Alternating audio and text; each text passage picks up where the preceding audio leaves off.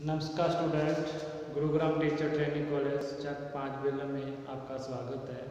हम बीएड द्वितीय वर्ष के विषय समावेश शिक्षा का सृजन या निर्माण का अध्ययन कर रहे हैं। इसके अंदर हम समावेश शिक्षा के बारे में जो नीतियां हैं, आयोग हैं, उनके बारे में अध्ययन कर रहे हैं कि किस प्रकार से कौन अंतर्राष्ट्रीय स्तर पर या राष्ट्रीय स्तर पर जो नीतियाँ बनी, आयोग बने या उन्होंने सुझाव दिए वो किस प्रकार से दिए।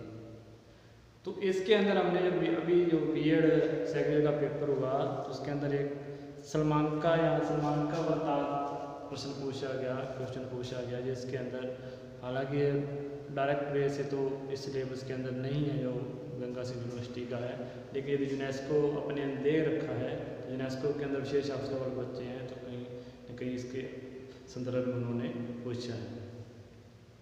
तो सलमान का वृत्तांत है वो यूनेस्को के द्वारा जो उसको आयोजित किया गया या उसने यूनेस्को ने उसको प्रस्तावित किया या यूनेस्को ने उसको एक्सेप्ट किया। तो इसके अंदर जो सलमान का है वो एक जगह का नाम है जो स्पेन के अंदर है। वहाँ पर एक सम्मेलन आयोजित हुआ, उसके अंदर वृत्तांत हुआ। जो वृत्तांत में सम्मेलन के अंदर जो भी प्रस्ताव लिए गए उसको हम सलमान का वृत्तांत के नाम से जानते हैं। तो यूनेस्को के द्वारा जो विशेष आवश्यकता वाले बच्चे हैं उनके संदर्भ के अंदर जो कार्रवाई हेतु या विशेष आवश्यकता वाले बच्चों को किस प्रकार से शिक्षा दी जाए, इसके अंदर कार्रवाई हेतु क्या सम्मेलन आयोजित किया गया। तो इसके अंदर यदि हमने सलमान का वृत्तांत संरचना देखें तो यूनेस्को के द्वारा और किसके संदर्भ में, विशेष आवश्यकता वाले बच्चों की शिक्षा के संदर्भ में। तो दो चीज़ें याद रखनी हैं कि जो सलमान का जो सम्मेलन था उसको किसने स्वीकार किया था या किसने आयोजित किया था, तो वो यूनेस्को के द्वारा किया गया था। और उसके अंदर किस बात की कार्रवाई हुई थी या किस बात की चर्चा हुई थी, तो इसके अंदर जो विकलांग बालक हैं या विशेष आवश्यकता वाले बालक हैं, विशेष आवश्यकता वाले बालक के अंदर वो बालक भी हैं जो प्रतिभाशाली बालक भी हैं, सृजनात्मक बालक है, वो विशेष आवश्यकता वाले बालक है, वो सामान्य बालक नहीं है। तो इस कहीं ना कहीं उनको विशेष आवश्यकता है और जो उसके सामान्य से कम बालक हैं उनको भी।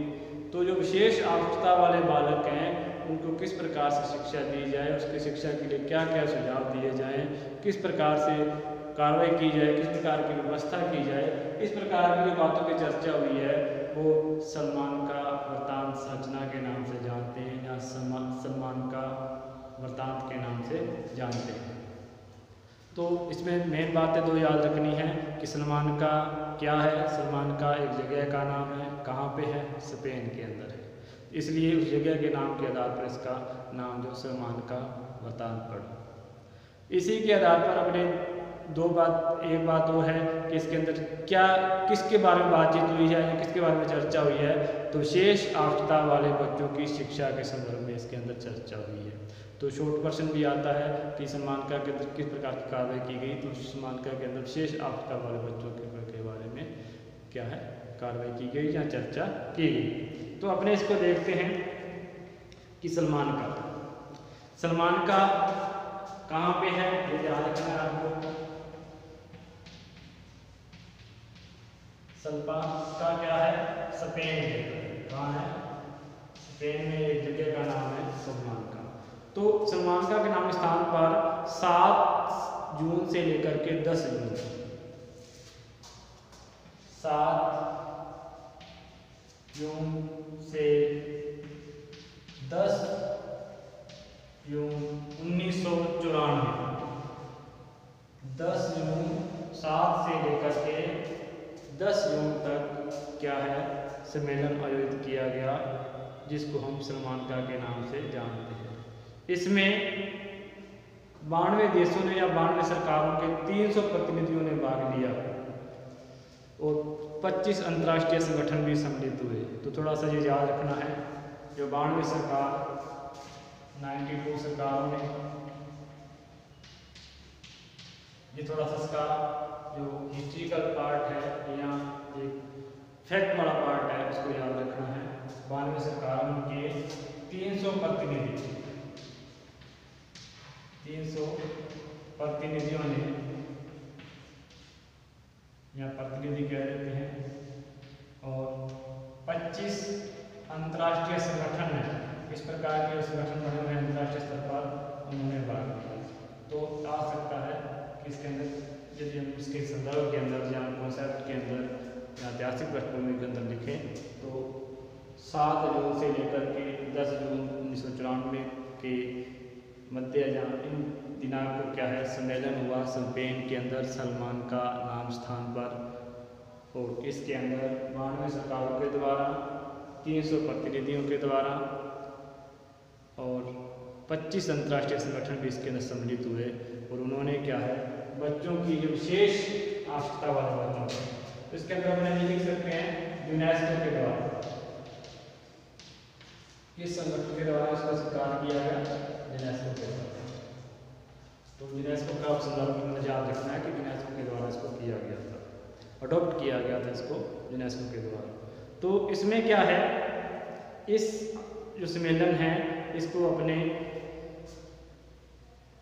समानता के नाम से जानते हैं, जगह के नाम से जानते हैं। इसके लिए विशेष बात क्या हुई थी, इसके अंदर विशेष आवश्यकता वाले बच्चे, विशेष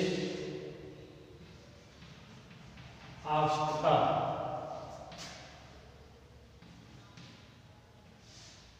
वाले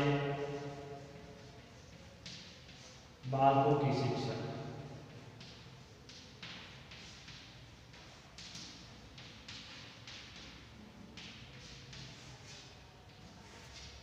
शेष आवश्यकता वाले बालकों की शिक्षा के संदर्भ में इसमें बातचीत हुई थी।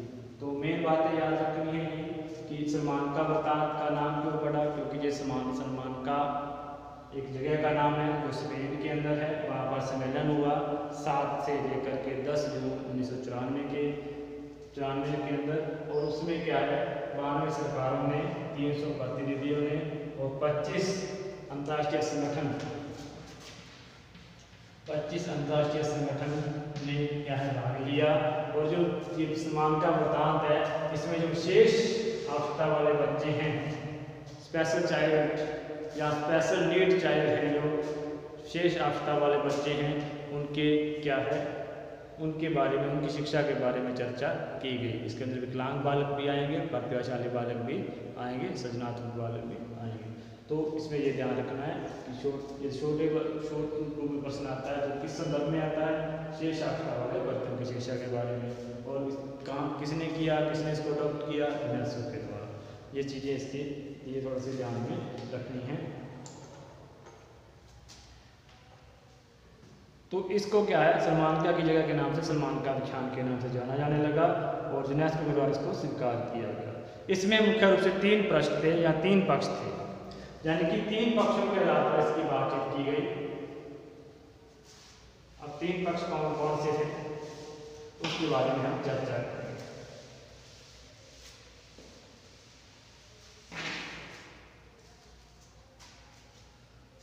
तो पहला पक्ष है सलमान का वृत्तांत के प्रावधान या लक्ष्य। यदि अपने कह सकते हैं कि सभी पक्षों को स्पष्ट किया गया। प्रथम में बताया गया कि सम्मेलन में राष्ट्रीय सरकारों में कौन सी अपेक्षा की, या प्रथम सम्मेलन में ये बताया गया किन किन लक्ष्यों के लिए कार्य करना चाहिए। तो सबसे पहले क्या लक्ष्य थे, क्या प्रावधान होना चाहिए। तो नंबर 1 है 3 पक्ष। तो अपने 3 पक्ष याद रखने हैं या 3 पक्षों के आधार पर इसमें चर्चा करेंगे। कौन कौन से पक्ष थे। सबसे पहले है सलमान का वृत्तांत के प्रावधान। प्रावधान का अर्थ यही है कि क्या प्रावधान होना चाहिए, क्या लक्ष्य होना चाहिए, इस पर चर्चा की। दूसरा है अपने यदि बातचीत करें तो इसके अंदर आएगा सलमान का वृत्तांत में सरकार के लिए क्या प्रस्ताव है, सरकार से क्या अपेक्षा की गई कि जो उस देश की सरकार है वो क्या कर सकती है, क्या उसके लिए करना चाहिए विशेष बालकों के लिए, उस प्रकार के प्रस्ताव रखे गए। तो सलमान का वृत्तांत में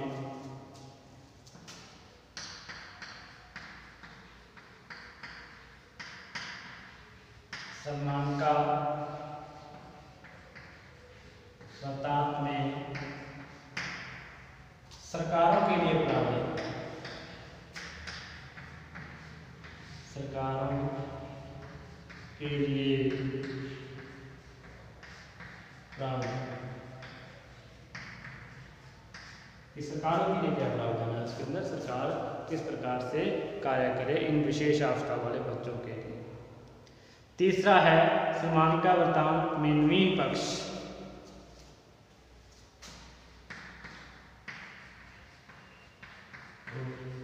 समानता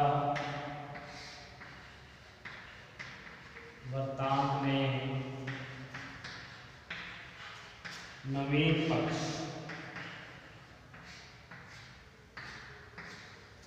तो इस प्रकार से 3 पक्षों के आधार पर चर्चा की गई। समानता के अंदर लक्ष्य क्या रखे जाए, वृत्तांत के क्या लक्ष्य से क्या प्रावधान थे, भी किस प्रकार से शिक्षा इनको दी जाए, किन चीज़ों का ध्यान रखना चाहिए, किस प्रकार की व्यवस्था करनी चाहिए सभी इन बालकों के लिए, वो प्रावधान के अंदर है। फिर उनके सरकारों से अपेक्षा की गई कि उस देश की जो सरकार है वो किस प्रकार से अपने राज्य के अंदर, अपने देश के अंदर नीतियों को लागू करे और इनके विशेष आवश्यकता वाले बच्चों के लिए व्यवस्था करे। तीसरा नवीन पक्ष के अंदर है, इसके लिए नया कुछ क्या हो सकता है, नई चीज़ें क्या हो सकती हैं नवीन पक्ष के रूप में, और इसके लिए क्या है राष्ट्रीय और अंतर्राष्ट्रीय नीतियों में निर्माण किया जाए और इसके अंदर अनिवार्य तथ्यों को, नवीन तथ्यों को प्रस्तुत किया गया। इस आधार पर इसमें 3 पक्षों को हम देखते हैं। तो सबसे पहले हम इसका जो पहला पक्ष है उसके बारे में चर्चा करेंगे कि पहला पक्ष क्या है। तो पहला पक्ष हम देखते हैं समानता लक्ष्य के प्रावधान। समानता वृत्तांत के प्रावधान क्या है, किस प्रकार से रखे गए हैं। तो इसमें सबसे पहले है समानता वृत्तांत का प्रावधान है कि सभी बालकों को शिक्षा का समान अधिकार। ये प्रावधान रखा गया कि सभी बालकों को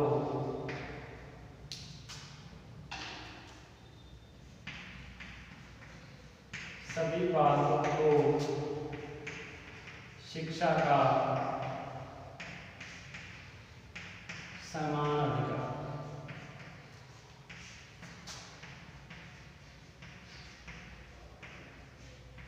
तो सभी बालकों को शिक्षा का समान अधिकार होना चाहिए।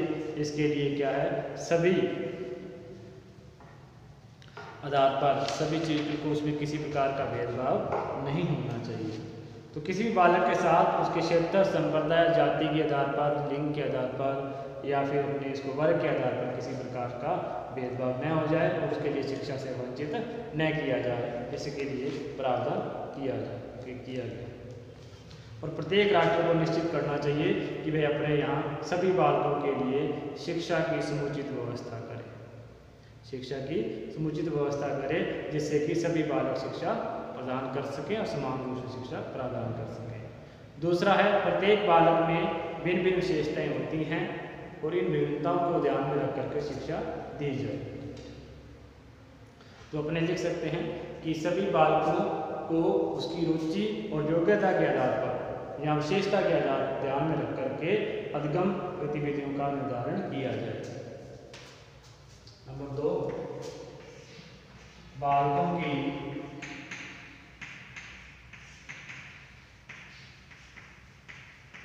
रुचि एवं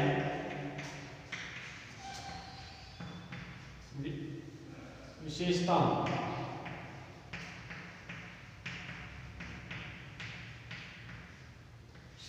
को ध्यान में रखकर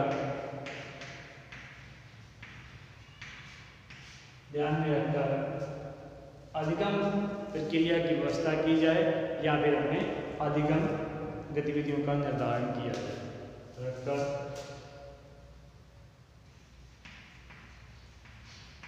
अधिगम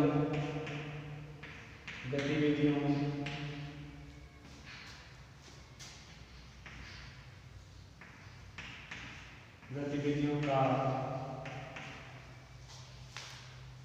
निर्धारण किया जाए।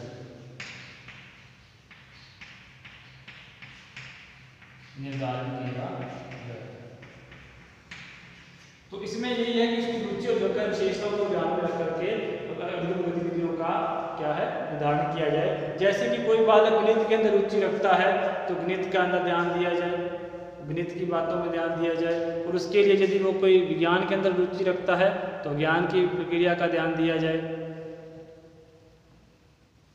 और यदि कोई खेल की विधियों खेल में रुचि रखता है तो खेल की विशेषताओं रुचि के आधार पर अधिगम गतिविधियों का निर्धारण किया जाए। जिस प्रकार की वो रुचि रखता है उसी प्रकार की गतिविधियों का निर्धारण उसके अंदर किया जाए। तीसरा है कि कोई बालक सामान्य है, कोई कम है, कोई विशेष प्रतिभाशाली बालक है, विशेष क्षमता वाले बालक है, छात्रों को सभी प्रकार की योग्यता को ध्यान में रख करके शिक्षा की व्यवस्था की जानी चाहिए। तो इसमें है कि इसमें सामान्य, मंदबुद्धि और प्रतिभाशाली, तो अपने देख सकते हैं बालकों में कम, सामान्य व प्रतिभाशाली बालकों की आवश्यकताओं को ध्यान में रख करके या आवश्यकताओं को ध्यान में रख करके उसकी योग्यता को ध्यान में रख करके शिक्षा व्यवस्था की जानी चाहिए। सामान्य, कम बुद्धि लिख सकते हैं, कम बुद्धि, सामान्य और प्रतिभाशाली बालकों की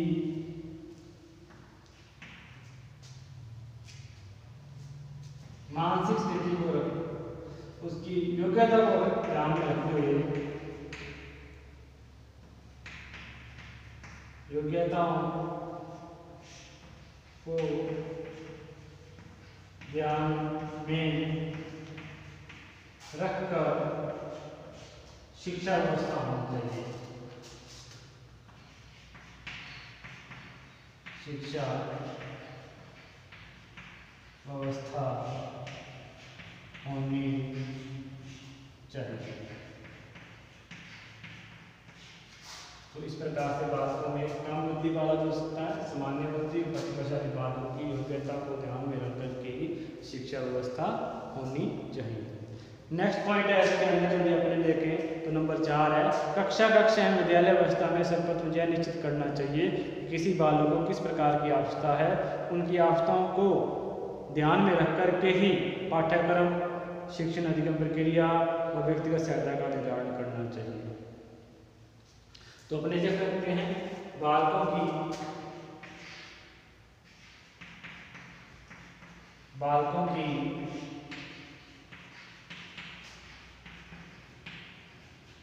आवश्यकताओं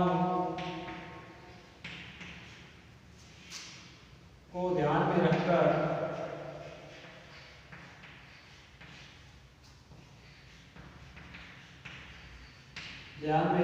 ही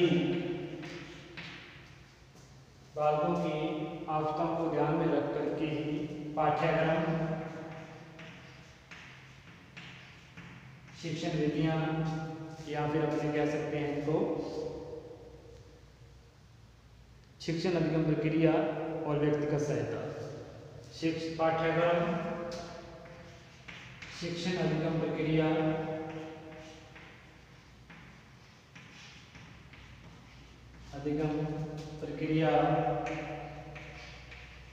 व व्यक्तिगत सहायता।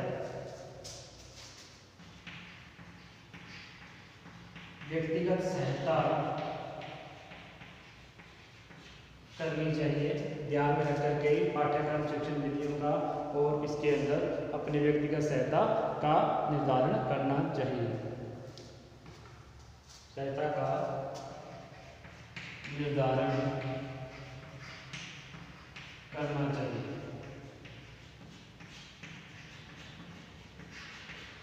इस प्रकार से हमने 4 पॉइंट पढ़े हैं कि शिक्षा का जो समान अधिकार है सभी बालकों को क्या है, शिक्षा का समान अधिकार है।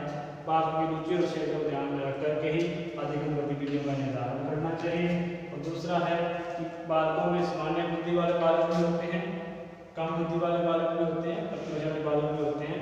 इनकी जो विशेष योग्यता है उसको ध्यान में रख करके ही शिक्षा की व्यवस्था करनी चाहिए। बालकों की आवश्यकताओं को ध्यान में रख करके ही जो पाठ्यक्रम है उसका निर्माण किया जाए, शिक्षण अधिगम प्रक्रिया है उसका निर्माण व्यक्तिगत सहायता करनी है उसकी विशेष आवश्यकता को ध्यान में रख करके ही की जानी चाहिए। नेक्स्ट पॉइंट है कि विशेष आवश्यकता वाले बालकों के लिए विद्यालय का स्वरूप नियमित होना चाहिए।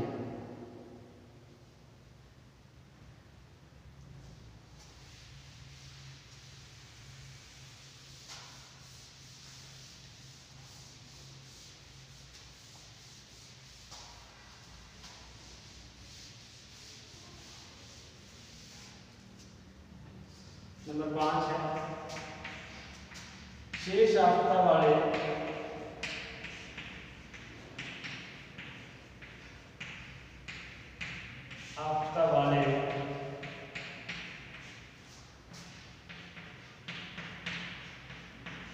बालकों के लिए विद्यालय का स्वरूप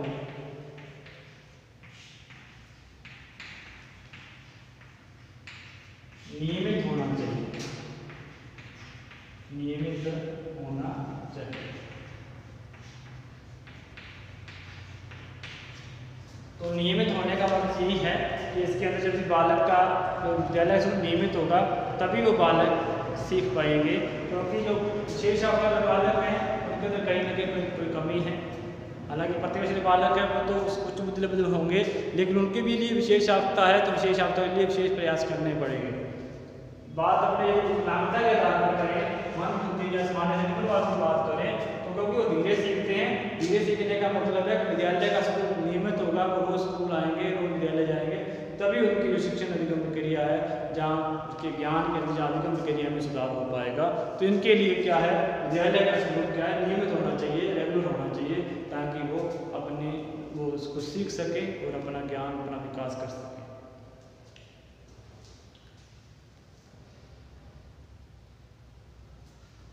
आगे है नंबर 6 विकलांग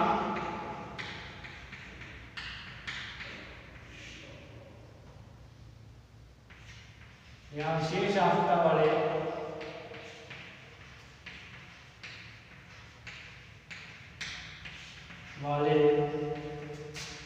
बालकों के साथ कोई भेदभाव न हो, कोई भेदभाव न हो। इस प्रकार के बालकों के लिए कोई भेदभाव न हो। विद्यालय में है जो सामान्य बालक हैं उनको तो कुछ और प्रकार से शिक्षण अधिगम करवाया जा रहा है, उसके लिए क्या है प्रयास अधिक किए जा रहे हैं, और जो विकलांग व्यक्ति उनके लिए जो गंभीरता नहीं है उनको सिखाने का प्रयास नहीं किया जा रहा है। इस प्रकार का भेदभाव है उनके साथ नहीं किया जाए, क्योंकि अमूमन ये होता है कि जो मंद बुद्धि बालक हैं साधारणतः ये होता है कि उनको ये मान लिया जाता है कि ये नहीं सीख सकता, तो उसके लिए ज़्यादा प्रयास नहीं किए जाते। वो आके यदि उसको विद्यालय नहीं आता, विद्यालय आता है तो आके बैठ करके चला जाता है। उसके लिए वो कुछ सिखाने के लिए शिक्षक भी तत्पर नहीं होते। तो ऐसा नहीं होना चाहिए, उनके साथ किसी प्रकार का भेदभाव नहीं होना चाहिए, क्योंकि उनको सगामी गतिविधियों में भाग लेने के लिए नहीं कहा जाता। सगामी गतिविधियों में यदि वो भाग लेना भी चाहता है तो भी उसको मना कर देता है कि आपके साथ आप इस प्रकार कार्य नहीं कर सकते, आपके अंदर योग्यता नहीं है। तो इस प्रकार से उनके साथ तो भेदभाव होता है, लेकिन वो भेदभाव नहीं होना चाहिए, ये इसका प्रावधान है। तो विशेष आवश्यकता वाले बालकों में नेक्स्ट पॉइंट है विशेष आवश्यकता वाले बालकों का विद्यालय में स्वागत हो। स्वागत होगा मतलब ये है कि उनको प्रवेश के लिए मना न किया जाए, उनके लिए क्या है विद्यालय हमेशा तत्पर रहे सिखाने के लिए। विद्यालय में विशेष आवश्यकता वाले बालकों का स्वागत होना चाहिए। शिक्षक एवं प्रधानाध्यापक द्वारा छात्र को यह अनुभव कभी नहीं होना देना चाहिए कि वो विकलांग है या मंदबुद्धि है, तो उनका स्वागत होना चाहिए। उनको अपनी विकलांगता का अनुभव नहीं होने देना चाहिए। तो अपने लिख सकते हैं कि स्वागत हो, उनको विकलांगता का अनुभव नहीं होने देना अनुभव नहीं होने देना चाहिए।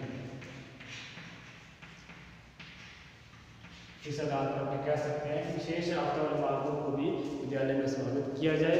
वो मंदबुद्धि है, विकलांग है, इस प्रकार का अनुभव उनको नहीं होना चाहिए। इस प्रकार के प्रयास हमें करने चाहिए।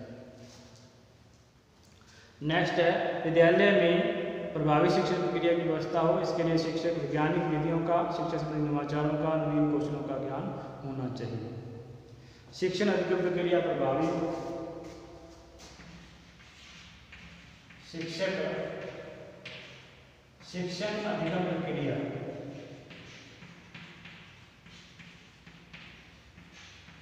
प्रभावी हो। और इसके लिए प्रभावी होने के लिए क्या है, शिक्षक को भी ट्रेन होना पड़ेगा, शिक्षक को भी इसका ज्ञान प्राप्त होना चाहिए।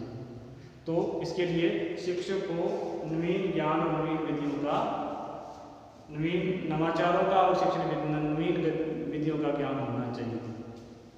प्रभावी। नेक्स्ट पॉइंट अपन लिखेंगे क्रियात्मक अनुसंधान। जो क्रियात्मक अनुसंधान होता है वो बाल की समस्या के लिए किया जाता है। तो क्रियात्मक अनुसंधान के द्वारा, क्रियात्मक अनुसंधान के द्वारा, जिसको हम एक्शन सर्च बोलते हैं, बीएड के अंदर एक एक्शन सर्च का कंसेप्ट आता है। उसके लिए एक्शन सर्च के लिए विद्यालय में क्या है, तो बालक में विद्यालय के अंदर जो शिक्षण कार्य के अंदर या विद्यालय के आने में बालक को समस्या आती है, उसके बारे में एक रिसर्च किया जाता है कि उस समस्या का क्या कारण है, क्या इसका हल हो सकता है। तो क्रियात्मक अनुसंधान है के द्वारा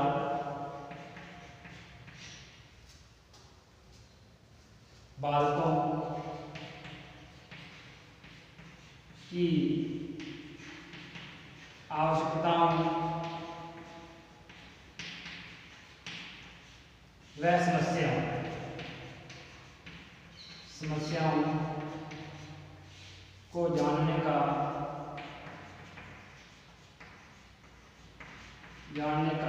प्रयास किया जाए,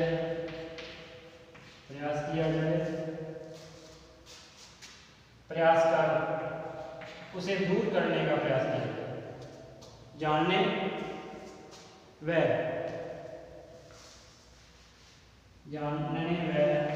दूर करने का